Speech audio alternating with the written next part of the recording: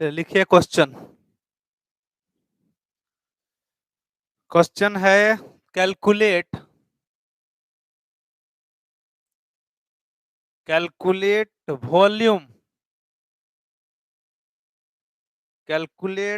Volume of NH3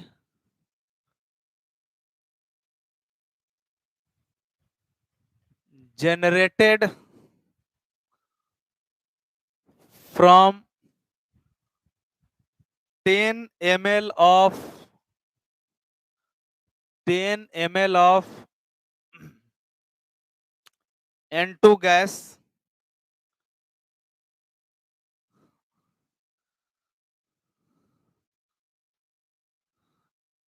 and excess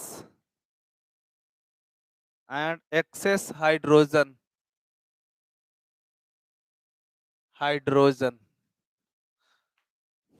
यही question है।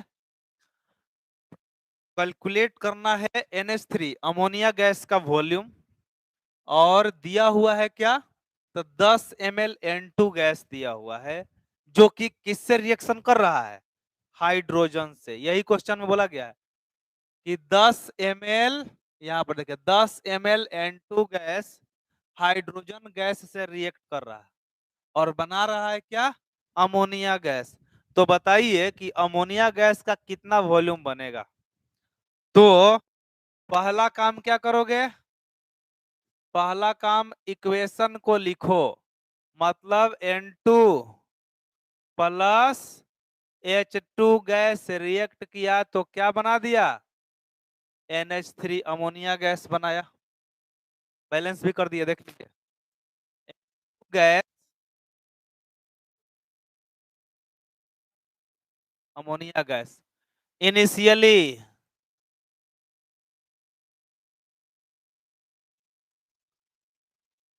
Initially N2 gas कितना दे दिया, 10 मिलीलीटर। तो ई कितना होगा बोलिए, और ये 10 पे कितना हो जाएगा, 3 इंटू 10, मतलब ये 30 ml हो जाएगा। यानी तुम समझ सकते हो कि 10 ml नाइट्रोजन गैस जो है वो 30 ml हाइड्रोजन गैस से रिएक्ट किया। अभी ये इनिशियली जीरो है, शुरू में ये बना नहीं होगा, लेकिन फाइनली जब रिएक्शन कंप्लीट होगा, फाइनली का मतलब क्या है, जब रिएक्शन कंप्लीट होगा तो ये दोनों क्या हो जाएगा, जीरो हो जाएगा। हो जाएगा ना। ई बनेगा कितना, तो 2/1 गुना 10, मतलब कितना बन गया जी, 20 ml। तो आंसर क्या हो जाएगा, 20 ml। यही ना पूछा गया है, नोट करिए जल्दी फटाफट।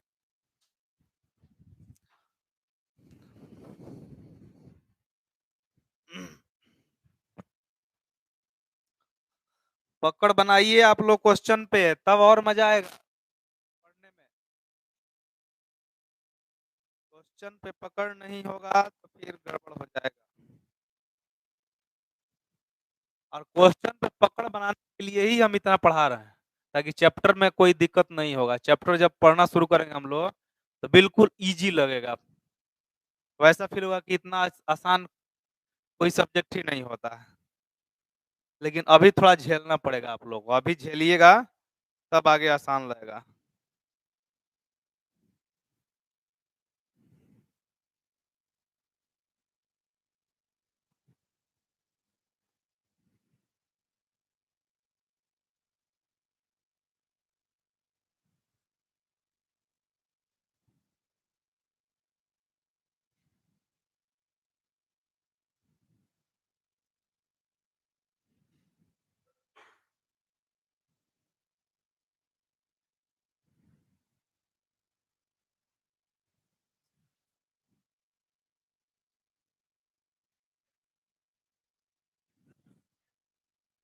हो गया,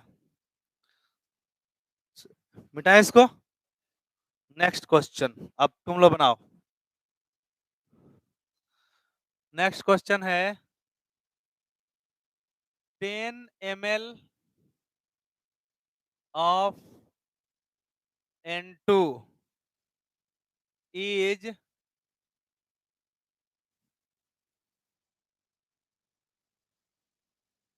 exploded with 60 ml of 60 ml of H2. Calculate volume. Calculate volume contraction. Calculate volume contraction in the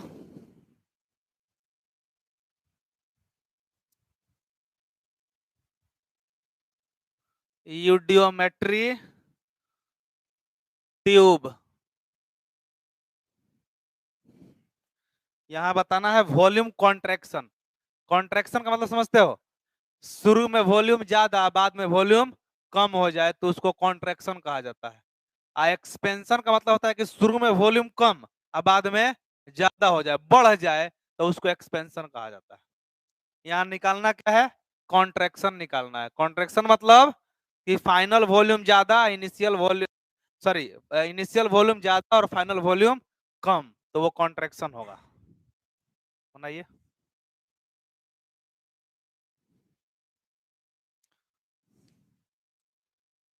बनाइए, अब क्या दिक्कत है इसमें, दोनों दिया हुआ हाइले है, 10 ml N2 और 60 ml H2। दोनों में लिमिटिंग रेट चुनिए, जो लिमिटिंग होगा उस पर रिएक्शन प्रोसीड करेगा। रिएक्शन वही होगा N2 plus H2 NH3।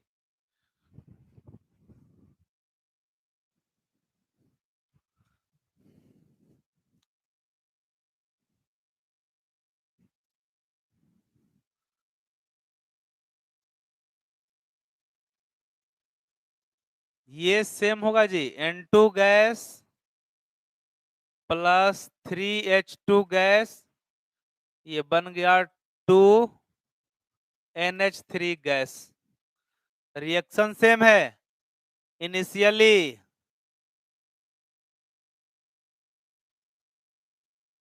Initially ये हो गया 10 ml और ये हो गया 60 ml। तो बताइए लिमिटिंग रिएजेंट नहीं पता चल जाएगा। ये हो गया 10 बटे स्टोइकोमेट्रिक कोएफिशिएंट 1 है, तो 10 बटे 1 10 हो गया, आई 60 बटे 3 कितना हो गया 20। मतलब ये हो गया लिमिटिंग रिएजेंट, आई हो गया एक्सेस रिएजेंट। फिर इसको हमने रफ कर दिया यहाँ पे। अब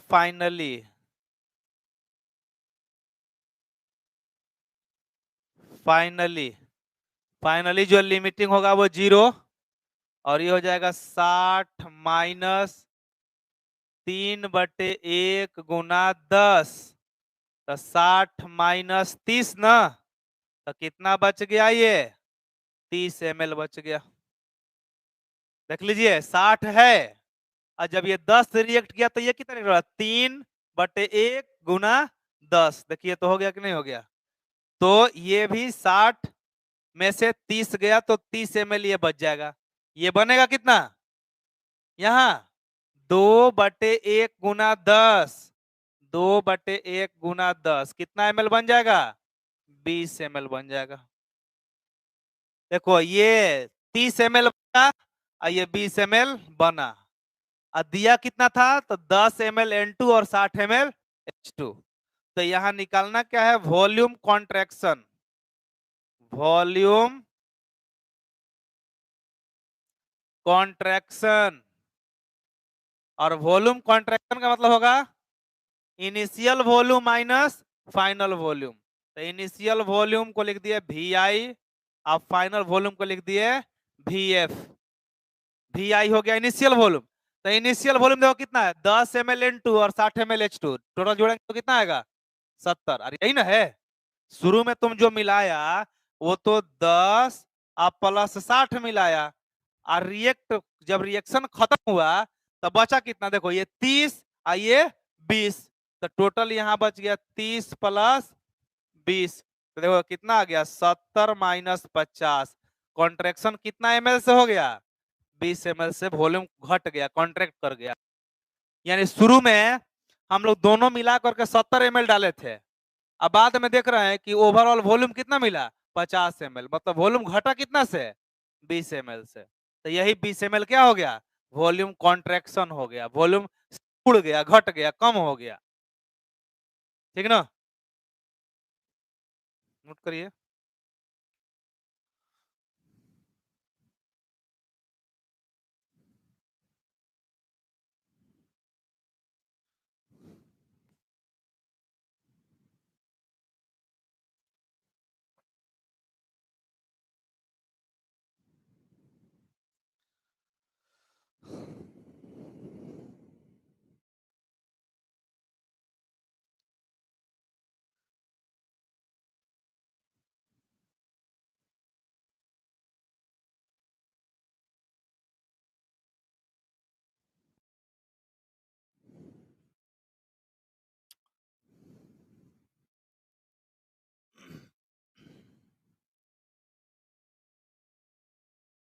ये दोनों हो जाएगा, जोड़ेंगे तो ये दोनों फाइनल वॉल्यूम होगा, इन दोनों को जोड़ेंगे तो क्या होगा इनिशियल वॉल्यूम होगा। फाइनल वॉल्यूम कम हो गया है और इनिशियल वॉल्यूम ज्यादा है, यानी वॉल्यूम में कॉन्ट्रेक्शन हुआ है, वॉल्यूम घटा है। अगर वही फाइनल वॉल्यूम ज्यादा हो जाता है इनिशियल वॉल्यूम कम हो जाता तो हम लोग कहते हैं कि वॉल्यूम बढ़ गया है, मतलब एक्सपेंशन हो गया। ठीक ना, तो यहाँ बढ़ा नहीं है, हुआ क्या है घट गया है, मतलब कॉन्ट्रेक्शन हो गया। अब ये चीज तुमको जब थर्मोडायनेमिक्स चैप्टर पढ़ेगा ना तो वहां वर्क डन निकालने में उपयोग किया जाता है। वॉल्यूम एक्सपेंशन का वर्क डन क्या होगा, कंप्रेशन में वर्क डन क्या होगा। कंप्रेशन इसी को कहता है, कॉन्ट्रेक्शन होता है मतलब कंप्रेशन हो गया घट गया वॉल्यूम। बेटा इसको चलिए एक और क्वेश्चन हम लोग लिखते हैं, लिख लिए, लिखो next question.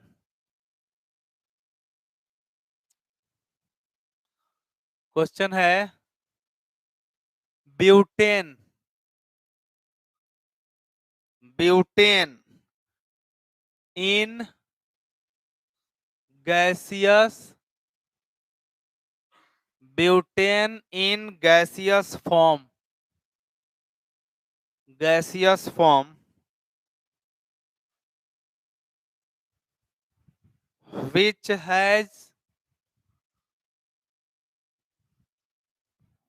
has volume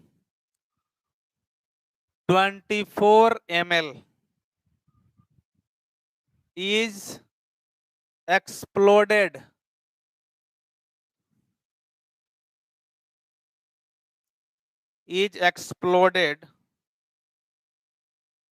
with 1000 ml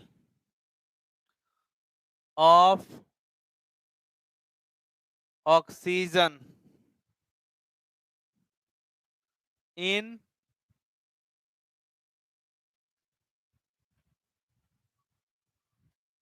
eudiometry tube. Calculate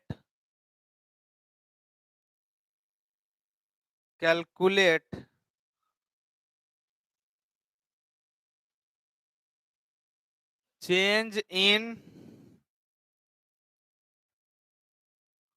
volume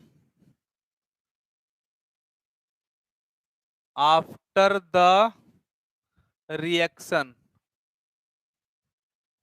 after the reaction.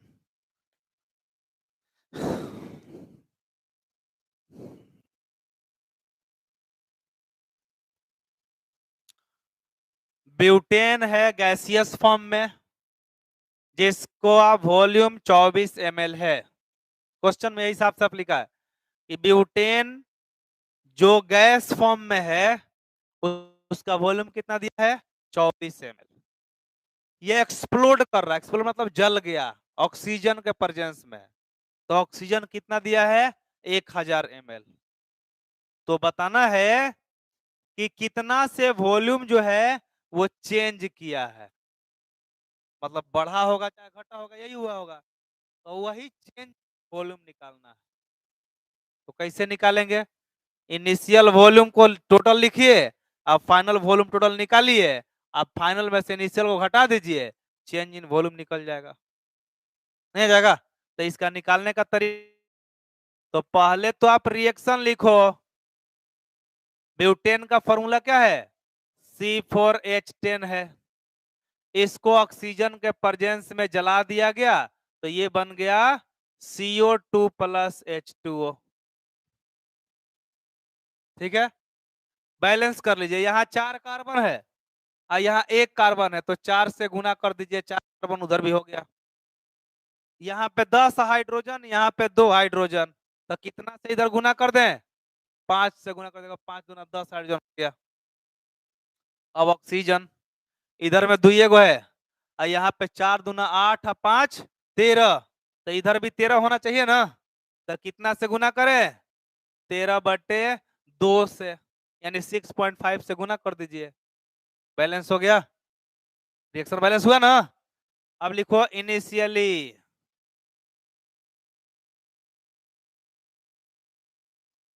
Initially ये हो गया 24 ml और ये हो गया 1000 ml और ये है 0 0। यहाँ पे लिमिटिंग रिएजेंट चुनना है। ये 24/1, तो ये 24 ही रह गया। आई 1000/13/2, यानी 2000, 2 ऊपर चला जाएगा, 2000 में 13 से भाग दीजिए तो आप देखेंगे कि एक्सेस आएगा, वो ये आ जाएगा 153.8585। देखिए ये हो गया एक्सेस रिएजेंट और ये क्या हो गया? Limiting reagent. यानी अब इसका फाइनली लिख दीजिए। फाइनली ये हो गया 0, लिमिटिंग क्या हो गया? आइए बचेगा कितना? तो 1000 है। आइए रिएक्ट कितना किया? तो 13/2/1 इंटू 24, 2 12 24 गुना करो तो कितना आएगा इसमें से? 12 144 और 13 है ना। 12 गुना 13 यह आ जाएगा 156। इसमें से 1000 में से घटाइए, यह आ जाएगा 844 ml बच जाएगा। देख लीजिए ये 844 ml बच गया। ये बनेगा कितना? तो 4/1 गुना 24, देखिए 4/1 इंटू 24, 4 चौका 16, 4 दूना 8 1 9, इतना 96 ml बन जाएगा। ये देखिए 5/1 गुना 24 कितना हो जाएगा? 110 ml ना। 5 चौका 20 का 0 2, 5 दूना 10 2 12, सॉरी ये 120 ml। अब करना क्या है? चेंज इन वॉल्यूम निकालना है, सीधा लिख दीजिए।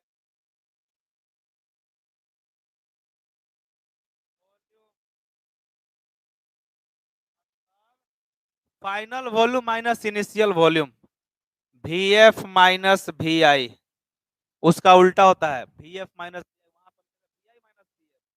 होगा VF माइनस VI। चेंज निकालना है, इस सबको जोड़िए।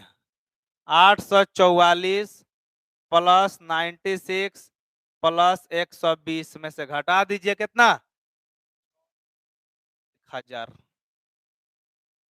जल्दी बना दीजिए, क्या आ जाएगा आंसर?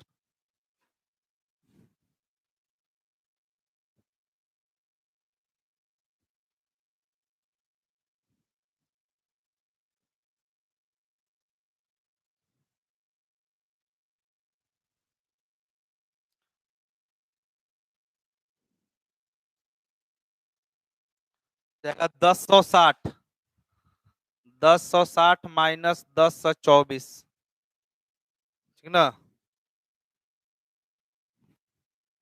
36 ml, 36 ml हो जाएगा।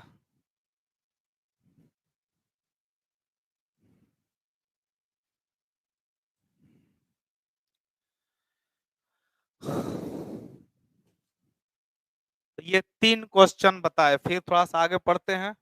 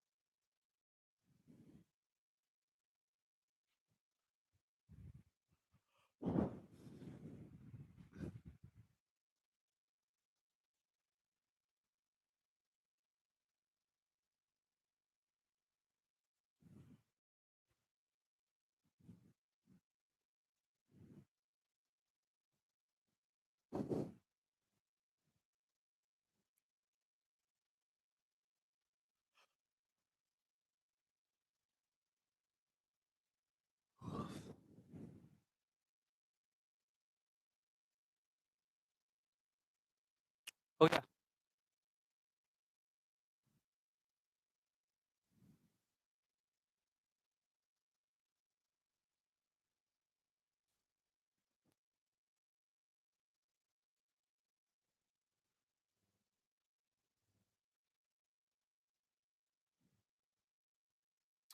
देख लिया बेटा ना।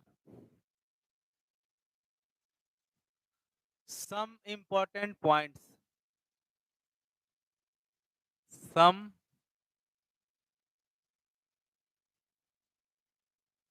इम्पोर्टेंट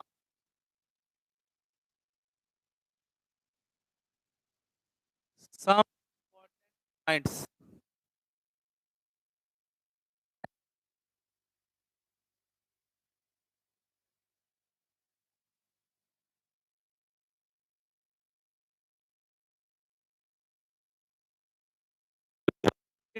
में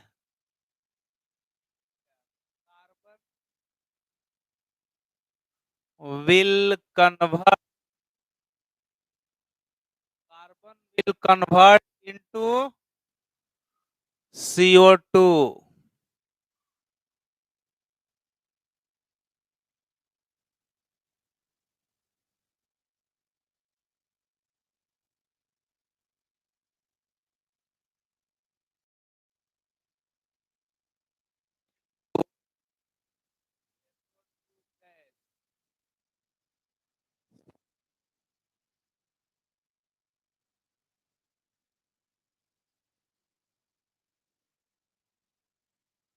Will convert to H2O, लेकिन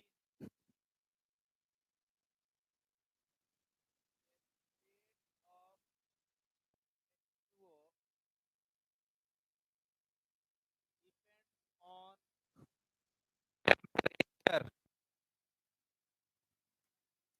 temperature temperature is less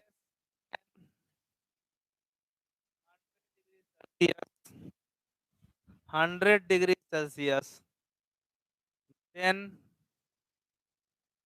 H2O will be in liquid state. Liquid state. Liquid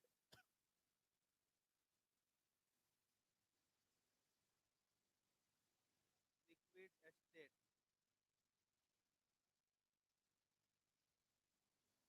But if it is greater than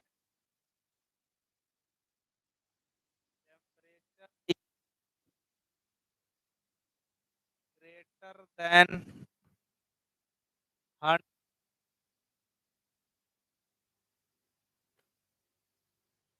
greater than 100 Celsius, then 2O will be in vapor state. ये बात बहुत important था। फिर लिखते हैं if temperature is not specified, if temperature is not specified,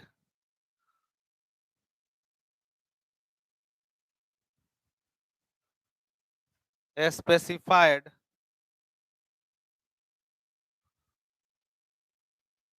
it is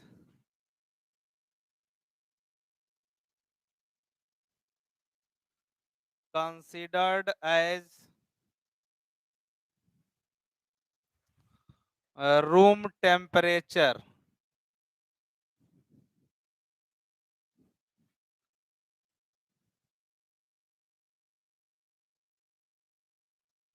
Nitrogen will not react with oxygen in iodometry tube because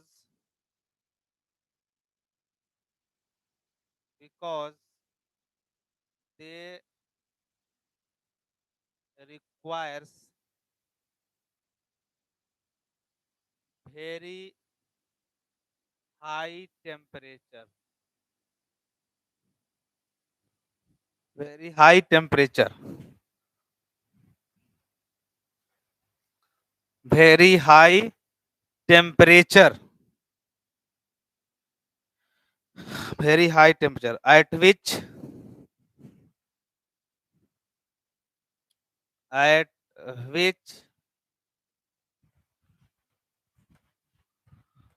iodometry tube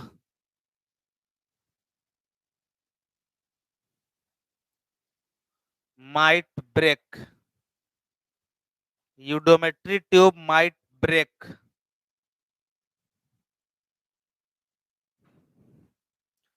पहले समझिए इस सारे लाइंस को, क्या क्या यूडोमेट्री ट्यूब के अंदर खेला होता है वही सब चीज लिखे हैं।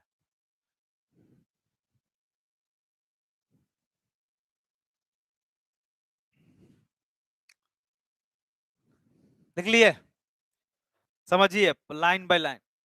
देखिए यूडोमेट्री ट्यूब के अंदर हम पिछले क्लास में बताए कि गैस का रिएक्शन होता है, गैसियस रिएक्शन परफॉर्म होता है, यानी वैसे रिएक्शन जिसमें रिएक्टेंट और प्रोडक्ट जनरली क्या होता है, गैस फॉर्म में होता है, वैसे रिएक्शंस के बारे में इसमें पढ़ा जाता है। और वहां पे वॉल्यूम चेंज कंसीडर होता है, जैसे अभी 3 क्वेश्चन बताए, उस तीनों क्वेश्चन में आपने देखा कि हम लोग केवल वॉल्यूम के बारे में बात कर रहे थे, कभी वॉल्यूम का चेंज देख रहे थे, कभी वॉल्यूम का जो वॉल्यूम डिक्रीज किया था, कॉन्ट्रेक्शन हुआ था, वो देखे थे। उन सारे डाटा का उपयोग करके हम लोग मोलिकुलर फार्मूला का कैलकुलेशन भी करेंगे इस टॉपिक के अंदर आगे, ठीक है। वो चीज हम पिछले क्लास में डिस्कस किए। वहां पे हम एक बात ये भी बताए कि किसी भी गैस का मोल और वॉल्यूम बराबर नहीं हो सकता है, लेकिन मोल रेशियो और वॉल्यूम रेशियो बराबर होगा, ये बात बताए थे। फिर हमने आपको वॉल्यूम के थ्रू कैलकुलेशन बताया और मोल के थ्रू कैलकुलेशन बताया। और पिछले क्लास में हमने ये भी बताया कि गैस के वॉल्यूम के तुलना में सॉलिड और लिक्विड का वॉल्यूम जो होता है वो निग्लिजिबल होता है, उसको निग्लेक्ट कर दिया जाता है। अभी हम इस बात का जिक्र यहाँ करेंगे, लिखेंगे भी। तो उतना बात बताने के बाद आज हम 3 क्वेश्चन कराए, और तीनों क्वेश्चन में आपने देखा कि केवल वॉल्यूम का ही जिक्र चल रहा था। अब इस यूडोमेट्री ट्यूब के अंदर यदि कोई कार्बन कंपाउंड है, और मतलब कोई कंपाउंड है जिसमें कार्बन मौजूद है, तो यूडोमेट्री ट्यूब के अंदर कार्बन जो होगा जलने के बाद किस चीज में कन्वर्ट हो जाएगा, CO2 गैस में बदलेगा। ये बात ध्यान रखिएगा, कार्बन हमेशा कार्बन डाइऑक्साइड में कन्वर्ट होगा, कहां पे, यूडोमेट्री ट्यूब के अंदर। दूसरा बात हमने लिखा, यदि किसी कंपाउंड में सल्फर है तो वो सल्फर यूडोमेट्री ट्यूब में जब जलेगा तो कौन सा गैस बना देगा, एसो गैस बनाएगा। यदि हाइड्रोजन है तो हाइड्रोजन भी कन्वर्ट होगा किसमें, लेकिन एक बात यहाँ रखना होगा, H2O का जो अवस्था होगा, स्टेट होगा, वो टेम्परेचर पर डिपेंड करेगा। यदि टेम्परेचर 100 डिग्री सेल्सियस से कम होगा यूडोमेट्री ट्यूब के अंदर, यदि टेम्परेचर 100 डिग्री सेल्सियस से कम होगा तो जो वाटर बनेगा वो किस स्टेट में होगा? लिक्विड में होगा।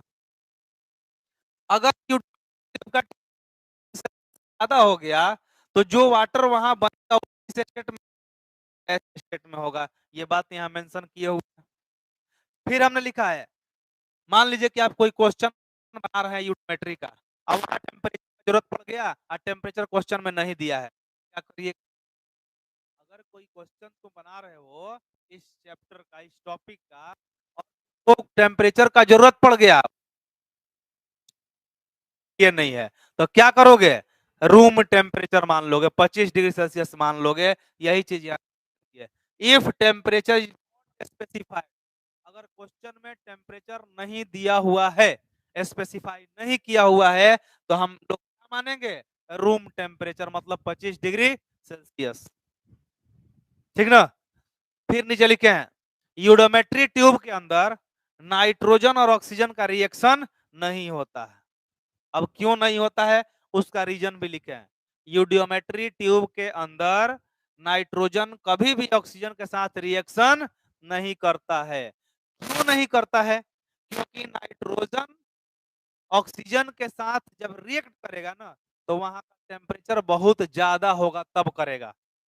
यानी नाइट्रोजन ऑक्सीजन के साथ तबे रिएक्शन करेगा जब टेम्परेचर क्या होगा? हाई होगा, ज्यादा होगा। यही कारण है कि इस एटमॉस्फेयर में नाइट्रोजन 78% है, ऑक्सीजन 21% है, फिर भी नाइट्रोजन और ऑक्सीजन कभी एक दूसरे के साथ जुड़ता नहीं है, रिएक्शन नहीं करता।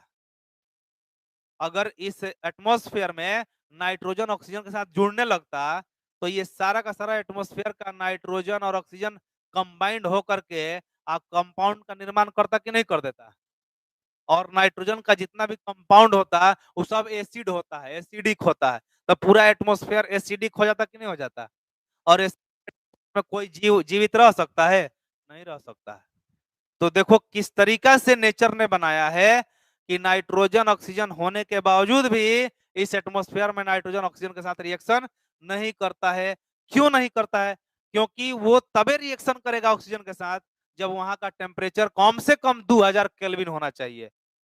और तुम सोचो, कभी जीवन में कभी भी इस पृथ्वी का टेम्परेचर 2000 केल्विन संभव नहीं है, नहीं हो सकता है। इसका मतलब कि नाइट्रोजन कभी भी रिएक्ट नहीं कर सकता ऑक्सीजन के साथ। बात समझ में? और उतना टेम्परेचर अगर तुम यूडोमेट्री ट्यूब को दे दिए तो यूडोमेट्री ट्यूब ही टूट जाएगा, ये यूडोमेट्री ट्यूब ही खत्म हो जाएगा। उतना टेम्परेचर कोई ट्यूब बर्दाश्त नहीं कर सकता, बहुत ज्यादा टेम्परेचर है। 2000 केल्विन पर तो लोहा पिघल जाता है, सोच सकते हैं। तो ये यूडोमेट्री ट्यूब का क्या औकात है कि उस टेम्परेचर को झेल सके। इसीलिए यहाँ लिख दिए हैं कि because they requires very high temperature, nitrogen oxygen का रिएक्शन कराने के लिए बहुत ज्यादा टेम्परेचर की जरूरत है। एट विच इस टेम्परेचर पे यूडोमेट्री ट्यूब माइट ब्रेक, टूट से हम लोग नाइट्रोजन का रिएक्शन ऑक्सीजन के साथ यूडोमेट्री ट्यूब के अंदर नहीं कराते। बात समझ में? क्लियर हुआ ये बात सब? चलो आगे लिखोगे नेक्स्ट पर, मिटा ना? नेक्स्ट पॉइंट लिखिए, लिखिएगा in combustion reaction, in in combustion reaction, in combustion reaction oxygen is considered, oxygen is considered, oxygen is considered to be an excess amount, to be an excess amount, to be an excess amount when nothing is mentioned, when nothing is mentioned,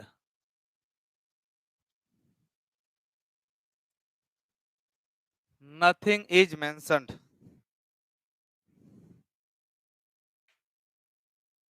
और last point लिखिएगा, volume of solid and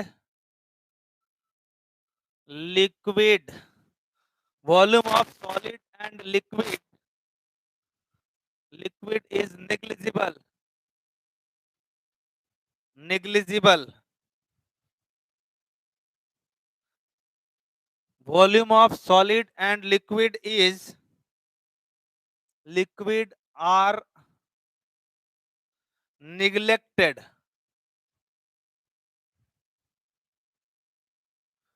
neglected in eudometry tube,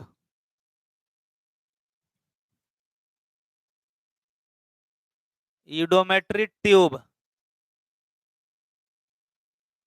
in compare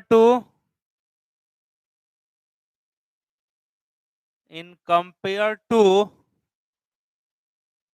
volume of gas, volume of solid and liquid are neglected in eudometry tube in compare to volume of gas.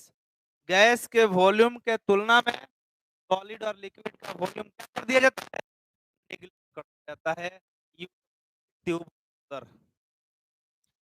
ये बात हो गई।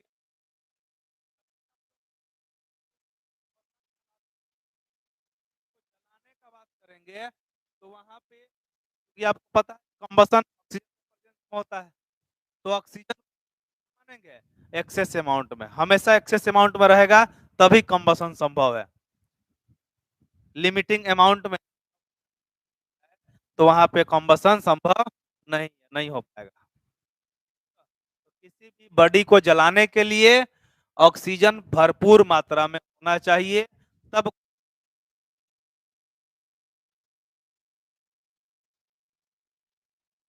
अब आते हैं इस पर एक क्वेश्चन। हो गया,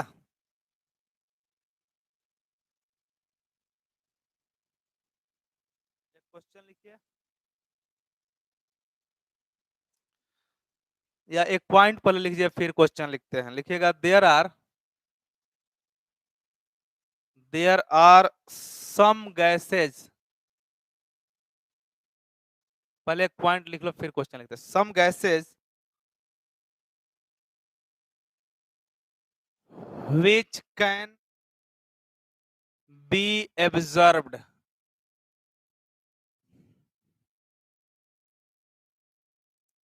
which can be absorbed,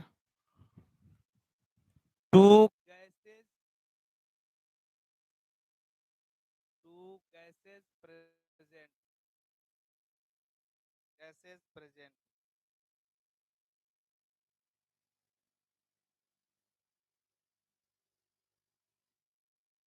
there are some gases which can be absorbed, there are some gases which can be absorbed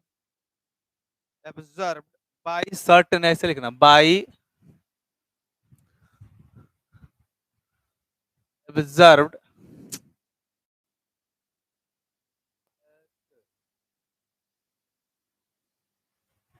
देखो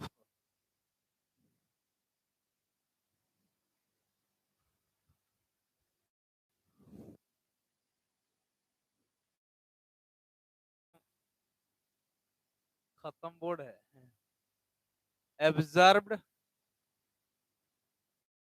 अरे यार, by absorbed by certain certain compounds। थोड़ा सा ये चीज देख लेते हैं कौन कौन सा कंपाउंड है। यहाँ लिख दिया गैसेस,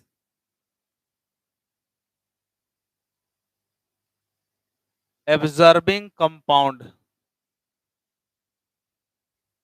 एब्जॉर्बिंग कंपाउंड, जैसे मान लीजिए CO2 गैस है, SO2 गैस है, Cl2 है, इसको KOH डालने पर एब्जॉर्ब कर लेता है, ये याद रखिएगा। O2 को कौन एब्जॉर्ब करेगा, तो अल्कलाइन पायरोगेलोल, अल्कलाइन पायरोगेलॉल सॉल्यूशन, O3 को turpentine oil, turpentine oil, NH3 और HCl को H2O एब्जॉर्ब कर लेगा और H2O को एनहाइड्रस कंपाउंड, एनहाइड्रस कंपाउंड जैसे CuSO4, ZnSO4। ये बात देखो, ये कई एक बार इस एग्जाम में पूछा है, कार्बन डाइऑक्साइड बना तो हमने क्या किया कि ऊपर से KOH का सॉल्यूशन डाल दिया। जैसे ही KOH डालोगे ना, ये सारा कार्बन डाइऑक्साइड क्या SO2 बने, उसमें KOH डालोगे तो वो SO2 को क्या कर लेगा, एब्जॉर्ब करेगा। क्लोरीन गैस भी बने, KOH डालोगे तो उसको क्या करेगा, एब्जॉर्ब कर लेगा। अगर ऑक्सीजन गैस बन रहा है तो अगर एब्जॉर्ब कराना है तो ये एक सॉल्यूशन आता है अल्कलाइन पायरोगेलॉल का, उस सॉल्यूशन को डालिएगा तो O2 को एब्जॉर्ब कर लेगा। अगर टर्पेंटाइन ऑयल डाल दीजिए तो वो ओजोन को एब्जॉर्ब कर लेगा। ये सब ये है कंपोजिशन होता है जो मार्केट में मिलेगा आपको, सॉल्यूशन होता है। फार्मूला कहाँ से होगा, सॉल्यूशन का फार्मूला होता है। फार्मूला ये अल्कलाइन मतलब होता है कि बेसिक, कोई बेस का सॉल्यूशन रहेगा जिसमें ऑर्गेनिक कंपाउंड में मिला हुआ रहेगा, है ना। अल्कलाइन मतलब क्या होता है, बेस होता है। टर्पेंटाइन ऑयल जो मार्केट में बिकता है, देखना, जो दरवाजा पे लगाया जाता है पेंट करने से पहले, है ना, हाँ, थिनर जिसको कहा जाता है, वो सबसे अच्छा अल्कलाइन पायरोगेलॉल का सॉल्यूशन होता है।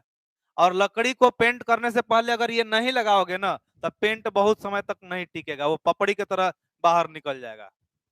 तो वो क्या करता है, ये ऑक्सीजन को और ओजोन को ट्रैप करता है, सोख लेता है, क्योंकि लकड़ी के अंदर जो होता है ना, छोटा छोटा छिद्र होता है और उस छिद्र में ऑक्सीजन घुसा हुआ रहता है।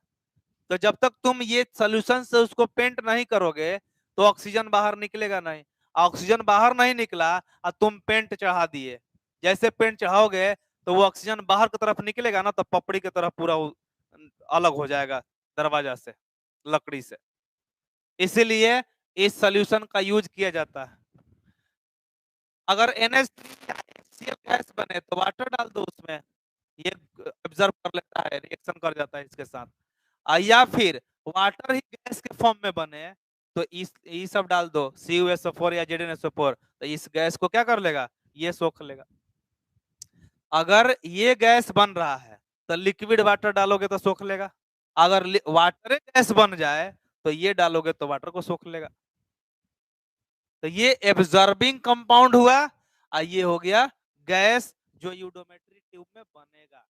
अगर बन रहा है और उसको गायब करना है तो इसमें से कंपाउंड डाल दो, वो गायब कर देगा, सोख लेगा उसको। जैसे मान लो बाल्टी में तुम पानी रखा और उस पानी को कम करना है तो रुआ डाल दो उसमें, देखो सोख लेगा उसको, कम हो जाएगा बाल्टी से पानी अपने आप, नहीं हो जाएगा। वही काम है ये, यूडोमेट्री ट्यूब के अंदर गैस बना और उसको खत्म करना है तो उसको एब्जॉर्ब करने वाला सॉल्यूशन या कंपाउंड डाल दो, उसको एब्जॉर्ब कर लेगा, खत्म हो जाएगा। ठीक ना। तो ये बहुत इंपॉर्टेंट चीज तुम लोगों को बताए, इस कई बार पूछा गया एग्जाम में कि कौन कंपाउंड किसको एब्जॉर्ब करता है। हो गया। चलो, तो इस प्रकार से यूडोमेट्री खत्म। अब दो तीन क्वेश्चन करते हैं, उसके बाद हम लोग इक्विवेलेंट वेट शुरू करेंगे। यूडोमेट्री में यही बेसिक चीज पढ़ना था। चलिए क्वेश्चन एक लिखते हैं हम, 10 ml of an alkane, 10 ml of an alkane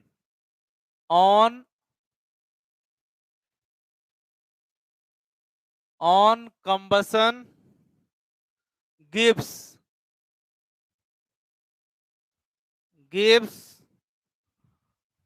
40 ml of CO2, 40 ml of CO2, then calculate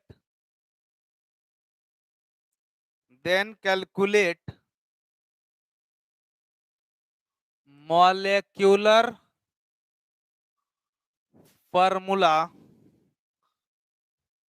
of the compound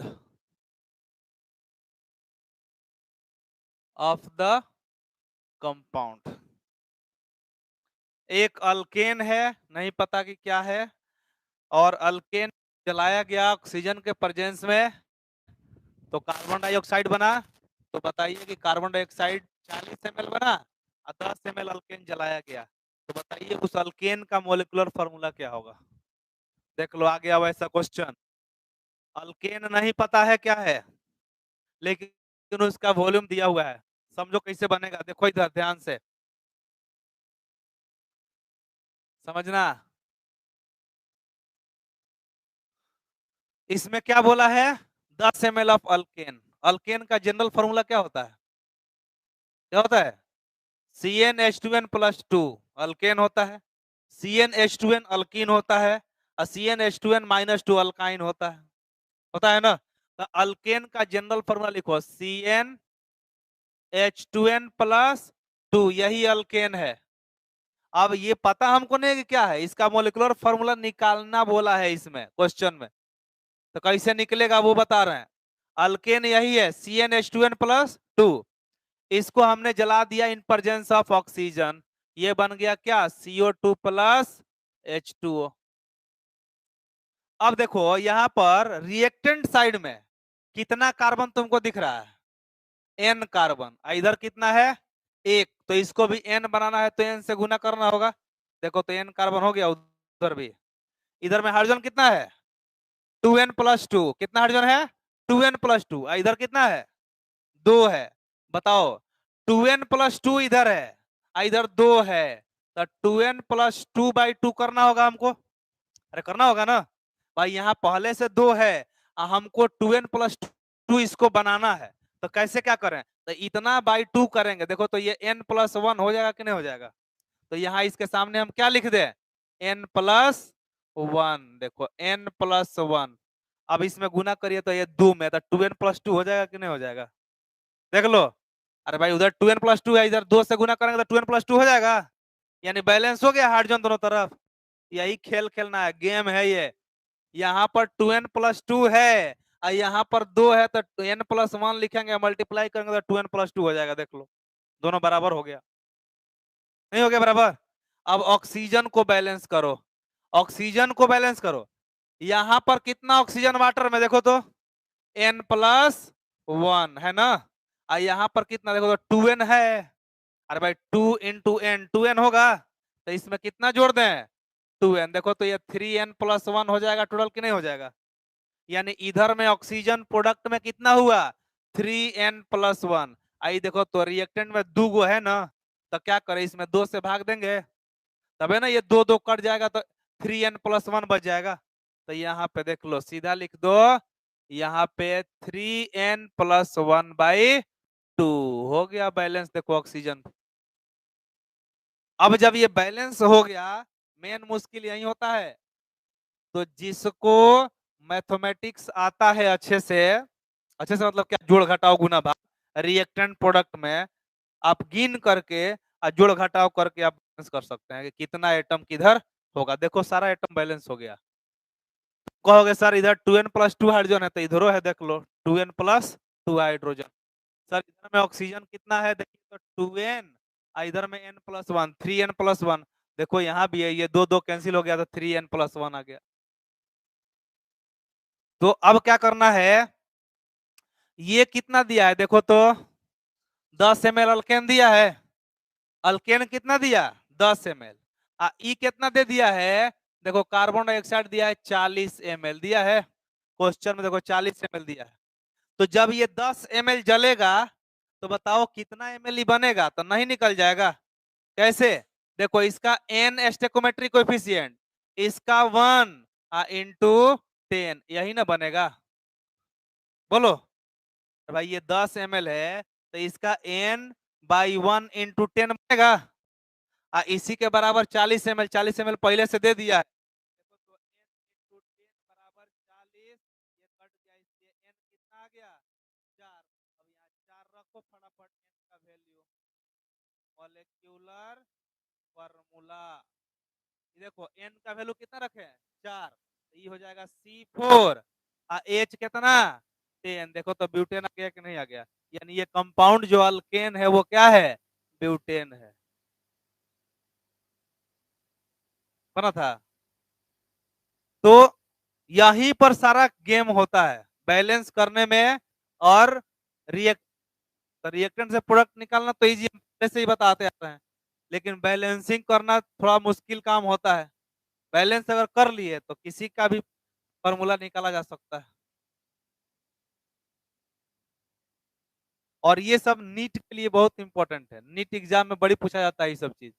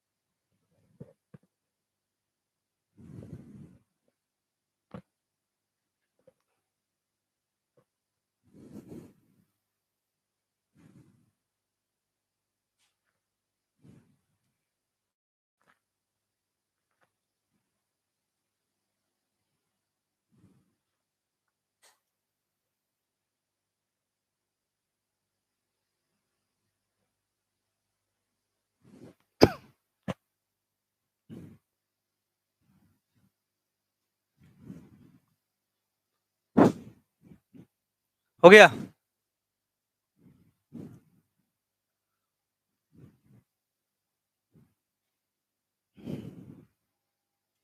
चलो इस बैलेंसिंग को हम सिखाते हैं फिर से। हेडिंग डालोगे combustion reaction of organic compounds, मिटाना इसको। चलो फिर हम सिखाते हैं, देखो कंबसन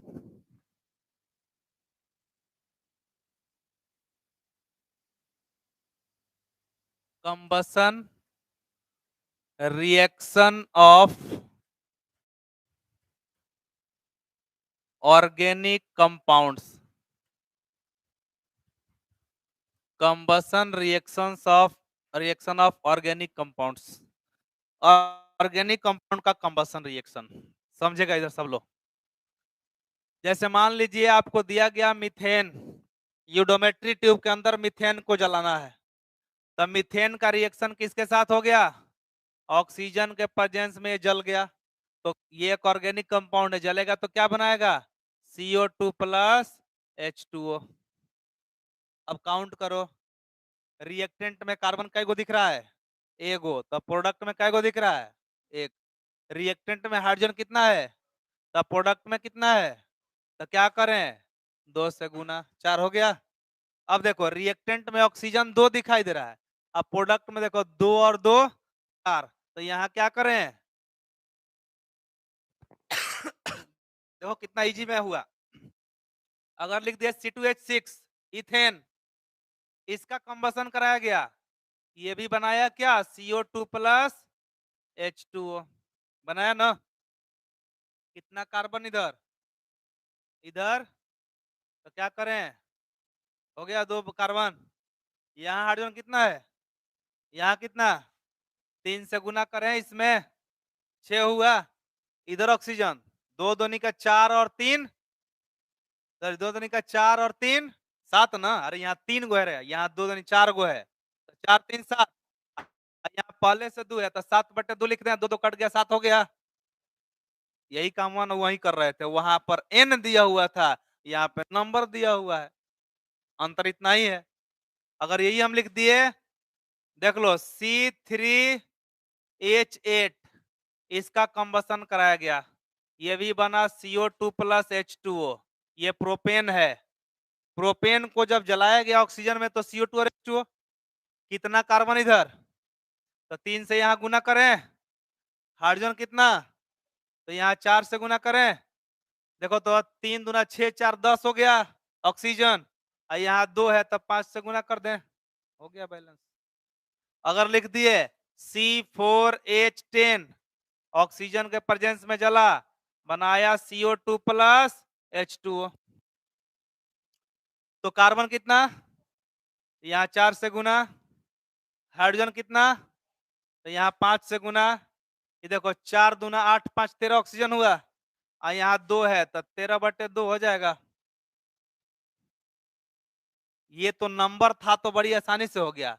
अब देखो मान लो ऐसा दे दिया CXHY, कोई हाइड्रोकार्बन है, नहीं पता है कौन सा हाइड्रोकार्बन है ना, यही सब एग्जाम में आ जाता है।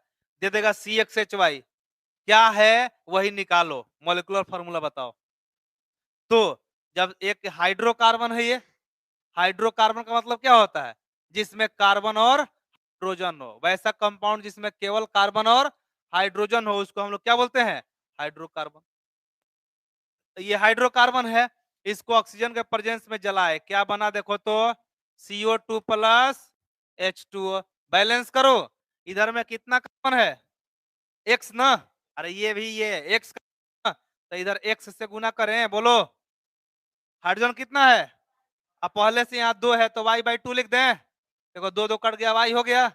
अब इधर ऑक्सीजन गिनो, इधर में ऑक्सीजन गिनो, देखो 2 इंटू एक्स, 2x है, और यहाँ पर Y/2 है, देखो तो जोड़ेंगे तो 4x प्लस Y/2 हो जाएगा ऑक्सीजन, किधर साइड में, प्रोडक्ट साइड में, और रिएक्टेंट में कितना है, देखो 2 है, तो इसको 2 से फिर तुमको भाग देना पड़ेगा कि नहीं देना पड़ेगा, तो ये 2 2 कितना हो जाएगा, 4 हो जाएगा, देख लो। अब इसको इन दोनों से कंपैरिजन करो, देखो समझ में आ जाएगा, 4x प्लस Y/, क्या हो जाएगा अभी ये 4, जरा समझ इधर, यहाँ पर नंबर था 4 कार्बन था ना, तो 4 से गुना किए थे, तो यहाँ x कार्बन है तो क्या किए, x से गुना किए हैं कि नहीं किए हैं। यहाँ पर 10 हाइड्रोजन था, तो यहाँ पर 10/2 किए थे कि नहीं, 5 आ गया था, 10/2 देख लो, तो ये क्या करेंगे, y है तो y/2 करेंगे कि नहीं करेंगे, बोलो जल्दी। अब चलते हैं ऑक्सीजन पे, यहाँ पर देखो 4 दूना 8, तो 2 गुना x, 2x हुआ, ये 5 हाइड ऑक्सीजन, तो ये y/2 ऑक्सीजन होगा कि नहीं होगा, तो ये 4 दूना 8 और 5 13 जुड़े थे कि नहीं जुड़े थे, ये देखो तो 2x प्लस y/2 यानी 4x प्लस y/2 होगा कि नहीं होगा, सब काम हो रहा है कि नहीं हो रहा, बस अंतर यह है कि यहाँ पर डाटा है XY है, यही ना अंतर है।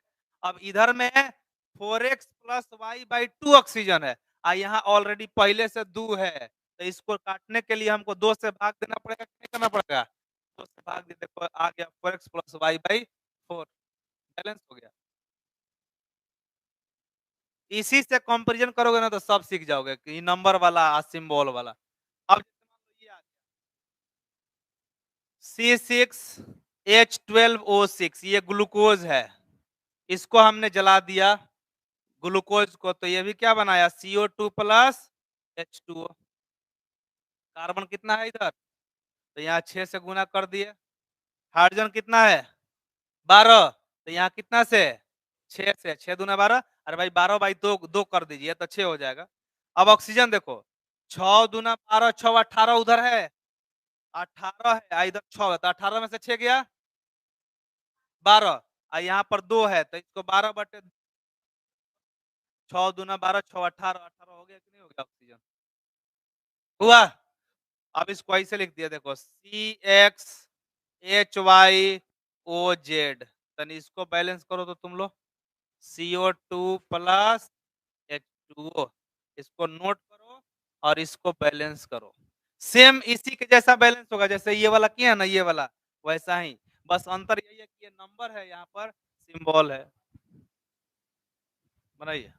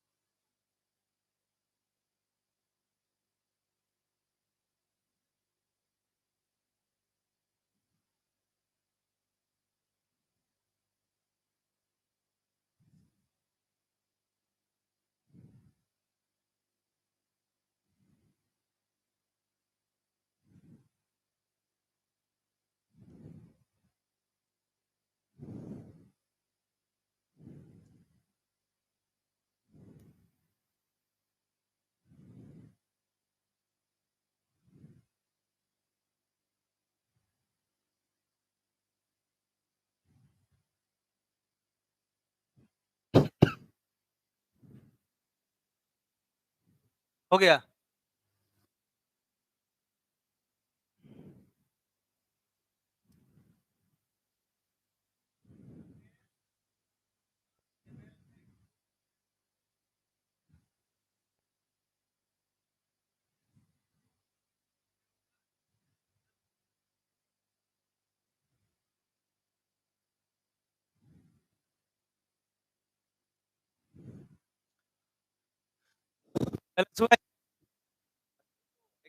वैसा ही है, जो ऊपर वाला है वैसा ही। ये और ये दोनों एक ही चीज है, बस अंतर है कि ये 6 12 6 है, ये XYZ है। यही तुम्हारा दिमाग का टेस्टिंग हो जाएगा कि इस पर कितना काम कर रहा है, इस पर कितना काम कर रहा है।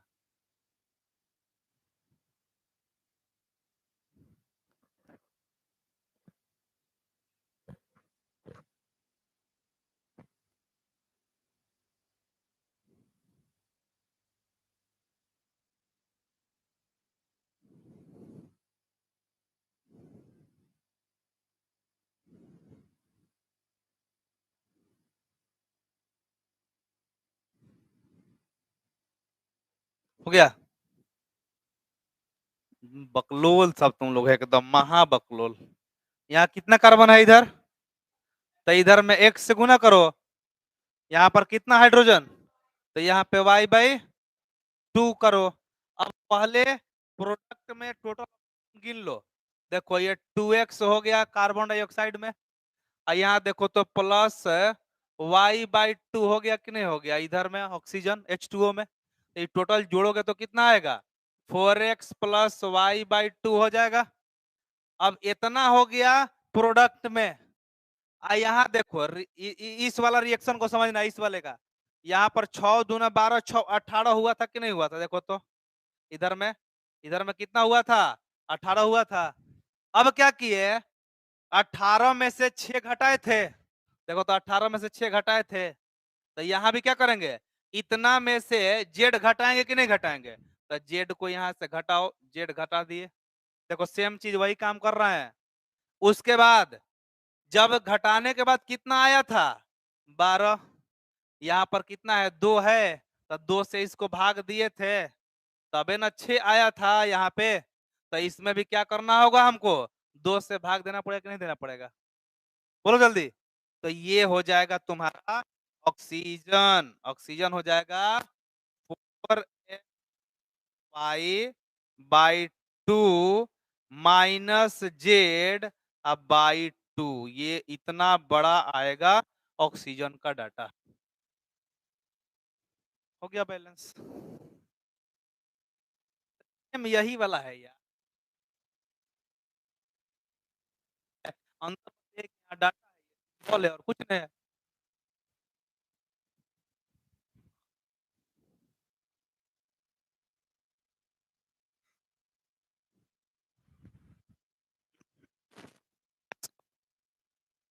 हो गया।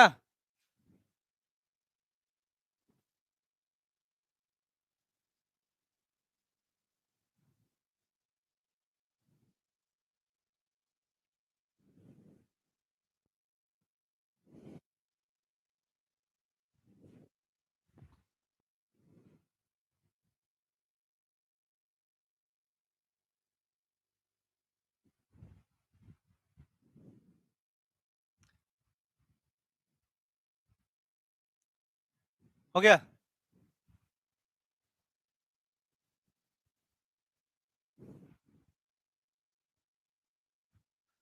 अगर मान लो कि C6 और H6 है, इसको ऑक्सीजन के प्रेजेंस में जलाया गया, ये बन गया CO2 plus H2O।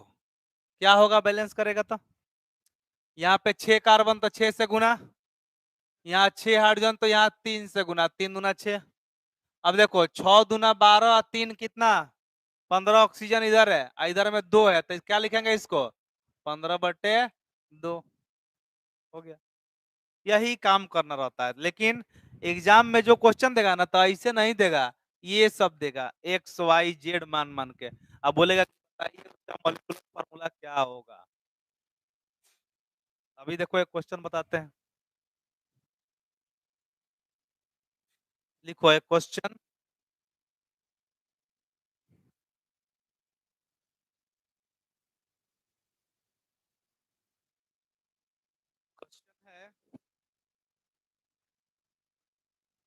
10 ml of a hydrocarbon, 10 ml of a hydrocarbon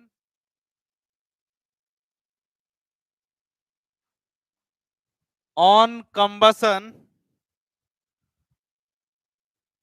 gave 30 ml of 30 ml of carbon dioxide.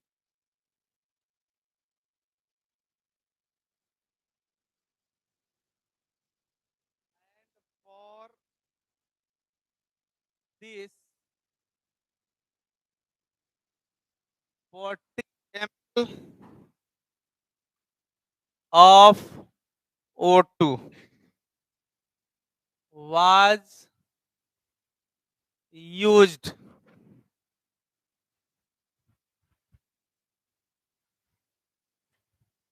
Find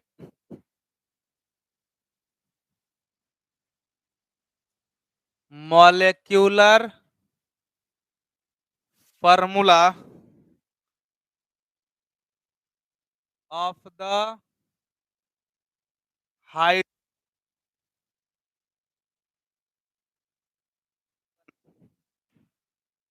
देख लो आ गया वही वाला क्वेश्चन कि हाइड्रोकार्बन है, पता नहीं है कि क्या है, खाली लिखा हुआ है हाइड्रोकार्बन, मतलब ऐसा कंपाउंड जिसमें कार्बन और हाइड्रोजन है।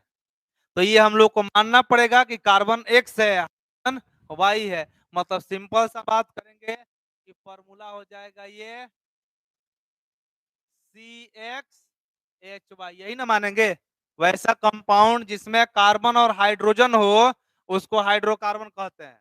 तो हम मानना पड़ेगा कि कार्बन एक्स है और हाइड्रोजन वाई है, और यही एक्स और वाई अगर हम कैलकुलेट कर लेंगे तो आसानी से हम बता सकते हैं कि ये कौन सा कंपाउंड होगा।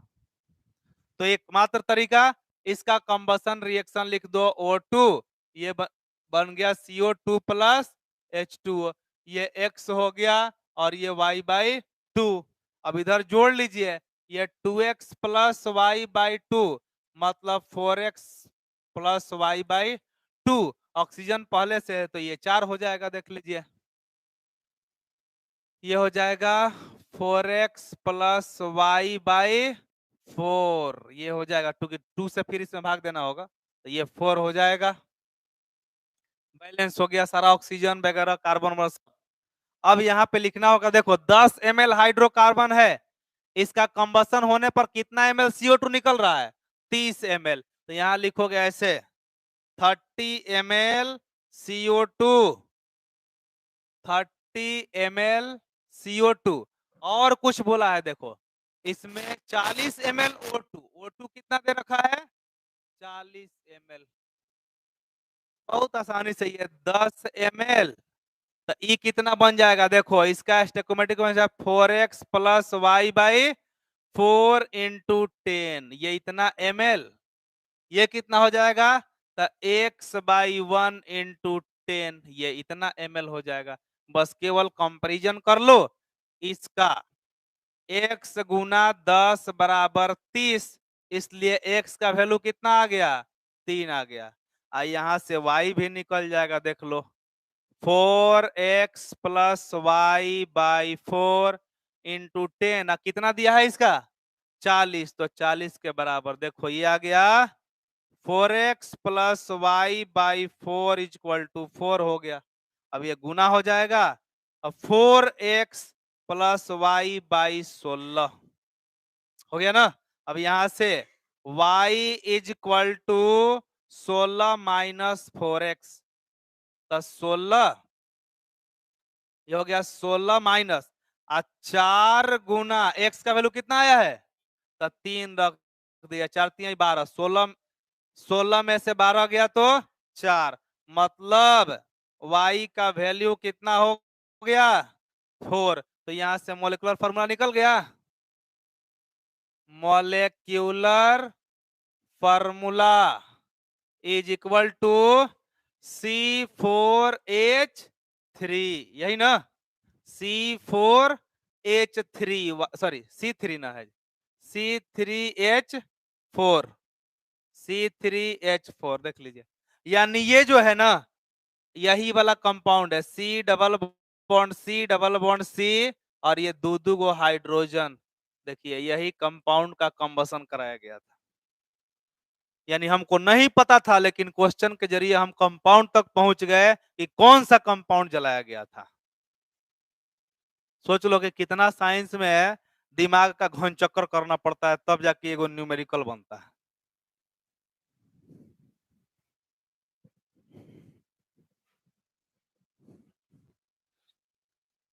स्टूडेंट आता है या सोचता है कि आते आते हमको सारा चीज जो है भर भर के मिल जाए, सबका विद्वान हम बन जाए।